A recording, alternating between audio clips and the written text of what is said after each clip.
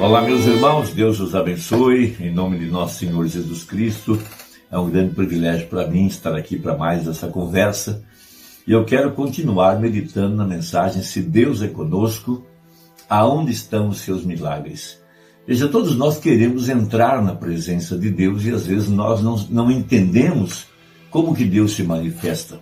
Esta mensagem, veja, é pregada pelo profeta Irmão Branham. Veja, a própria vida dele e a mensagem trouxeram Deus para o nosso meio. Veja, nós temos entrado em sua presença ao dar crédito, ao nos alimentarmos do corpo, palavra do Filho do Homem, ao nos achegarmos a ele, escondido atrás de peles humanas. Veja, e saber que ali estava Emanuel, o grande eu sou, aquele mesmo Deus que Abraão recebeu na tenda, veja, mais ou menos às 11 da manhã, e que Abraão lavou os pés, veja, dele. Deus estava numa teofania. Então Abraão estava na presença do grande Deus Todo-Poderoso, o Criador, o Senhor do Universo, que agora tinha descido e tabernaculizado e veio até a tenda de Abraão. Abraão, ao lavar os pés dele, estava na presença de Deus. O mesmo Deus que Jacó lutou no vale de Jaboque. Veja, Jacó lutou com ele a noite toda. Era o mesmo anjo do Senhor que veio a Manoá, que veio trazer o nascimento sobrenatural de Sansão. O mesmo Deus que Josué viu do outro lado do rio Jordão. O mesmo Deus que Moisés encontrou na sarça ardente. O mesmo Deus que ele viu de costas, as costas de um homem. Veja, a presença gloriosa de Deus. E aqui agora nós vamos ler sobre Gideão, Juízes 6, aonde Deus apareceu na forma de um homem, logo após a mensagem do profeta. Deus mandou um profeta, Juízes capítulo 6, do verso 7 até o verso 10, e no verso 11, então, Gideão entra na presença de Deus, e Deus agora velado em carne humana. E ele faz uma célebre pergunta: se Deus é conosco, onde estão os seus milagres? Aqueles que nossos pais falaram. Veja, aquele Deus que nos tirou do Egito com mão forte, aquele Deus que apareceu na sarça ardente, aquele Deus que apareceu sobre o tabernáculo que Moisés havia edificado. O que é feito desse Deus? E ele não sabia que na frente dele estava esse Deus que ele estava querendo saber aonde estava. Veja, é assim que Deus se revela, na simplicidade, de uma forma incomum. Veja, vamos ler a Bíblia em Juízes 6, a partir do versículo 11. Então o anjo do Senhor veio e assentou-se debaixo do carvalho que está em Ofrá. Veja, entrando em sua presença. Ali estava Deus em uma forma teofânica. Veja, é assim que ele faz. Essa é a promessa para os nossos dias, que Deus apareceria para o seu povo, como foi nos dias de Ló. Veja, e nós estaríamos em sua presença. Veja, tendo comunhão com Deus, o que representa a Santa Ceia. Veja, que pertencia a Joás, a Bislita, e Gideão, seu filho, estava malhando trigo no lagar para o salvar dos midianitas. Agora, ali estava um homem que tinha sua vida pautada por valores, e Deus o chama de varão valoroso. Veja, ele era um homem que Deus havia preparado seu coração.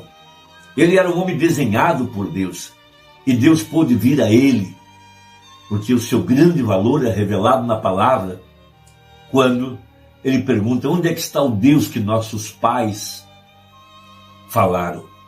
Veja, ele era um homem escriturístico. Foi por isso que o anjo chamou de homem valoroso.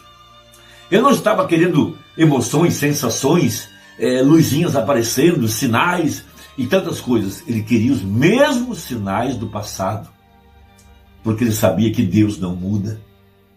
Deus não pode mudar. Ele é o mesmo ontem, hoje e eternamente, o que torna absoluto é a sua forma imutável. O que ele fez no passado, ele terá que fazer hoje novamente. Então o anjo do Senhor lhe apareceu e lhe disse: o Senhor é contigo, varão valoroso. Em outras palavras, não apenas que Deus o protegia, que Deus estava ao seu lado em uma forma invisível, que Deus abençoava seu trabalho, que Deus abençoava sua lavoura. Deus estava dizendo para ele, em outras palavras: você está diante de mim. O Senhor é contigo. Anda em minha presença e ser perfeito. Veja, Deus havia aparecido para ele, porque Deus queria lhe mostrar que Deus é tanto esse que aparece em carne humana, como aquele que estaria diante dele em forma de espírito. Ele é o mesmo ontem, hoje e eternamente. O Senhor é contigo. Ali estava Deus, na presença dele. Ele estava na presença de Deus. Veja, varão valoroso. Mas Gideão lhe respondeu: ai, Senhor meu, se o Senhor é conosco, por que tudo isso nos sobreveio? Por que estamos acovardados? Por que estamos amedrontados? Por que fomos entregues nas mãos do inimigo? Por que plantamos e ajuntamos num saco furado? Por que o devorador está destruindo a nossa lavoura, a nossa comida? Por que estamos empobrecendo? Quando essas coisas acontecem, é hora da gente fazer um pare. Vamos examinar o que está acontecendo. Veja, e que é feito de todas as suas maravilhas que nossos pais nos contaram. Ele queria ver aquele Deus que tinha surgido diante de Abraão, diante de Isaac, diante de Jacó. O mesmo Deus que guiou Moisés para fora do Egito, o Deus que abriu o Mar Vermelho, o Deus que apareceu na sarça ardente. Ele queria ver esse Deus.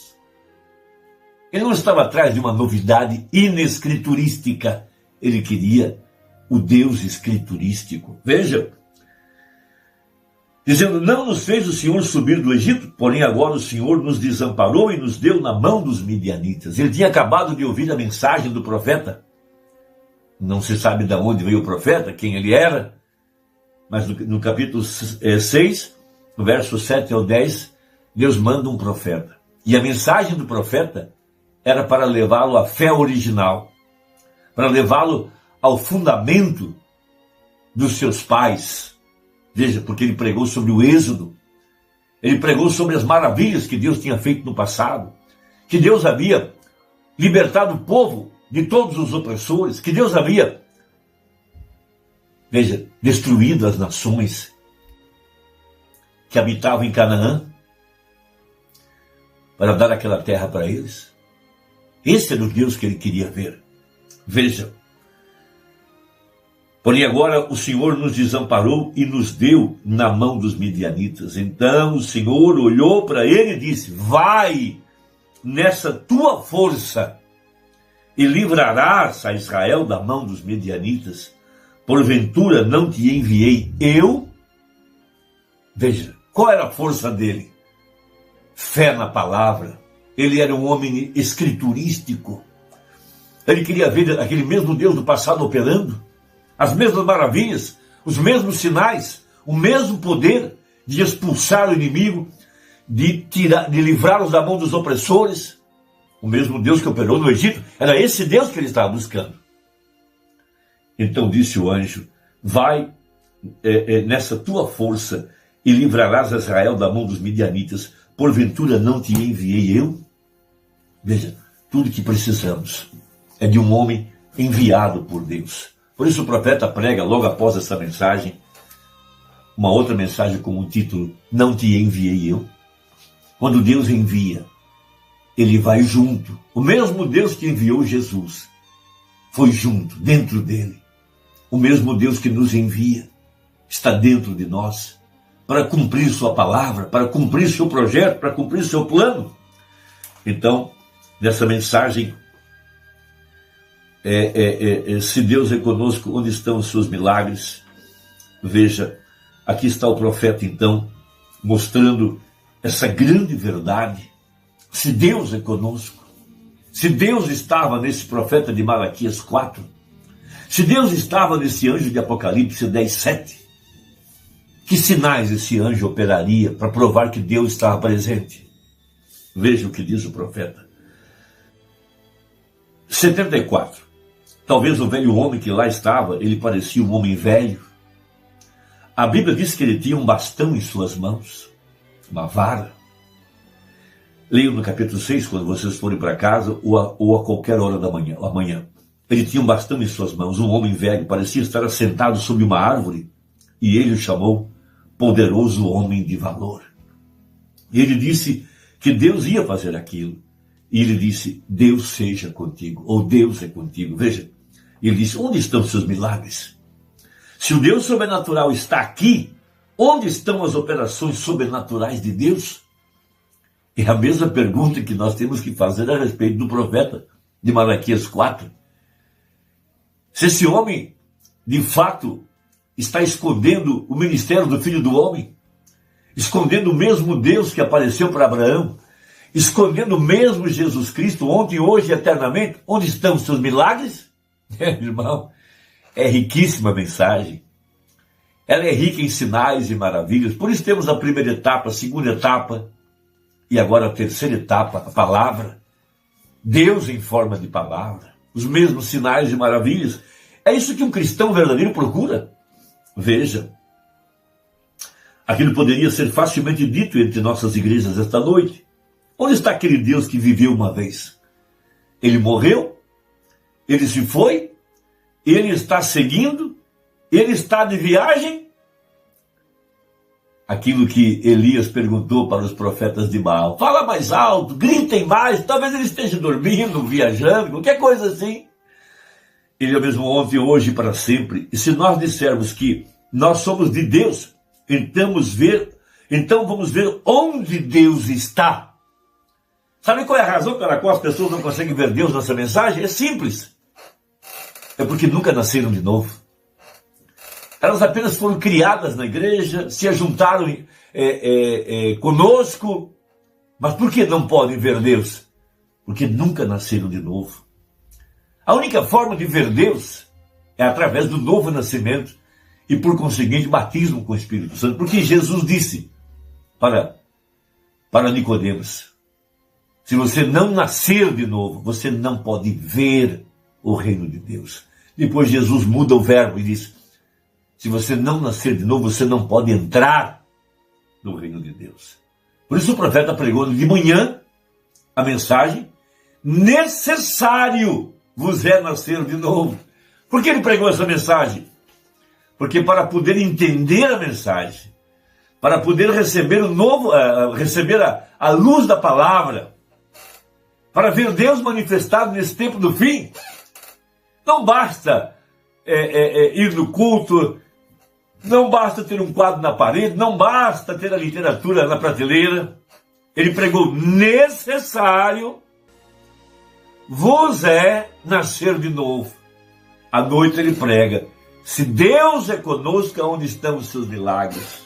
Então veja, e se nós dissermos que nós somos de Deus, então vamos ver onde Deus está.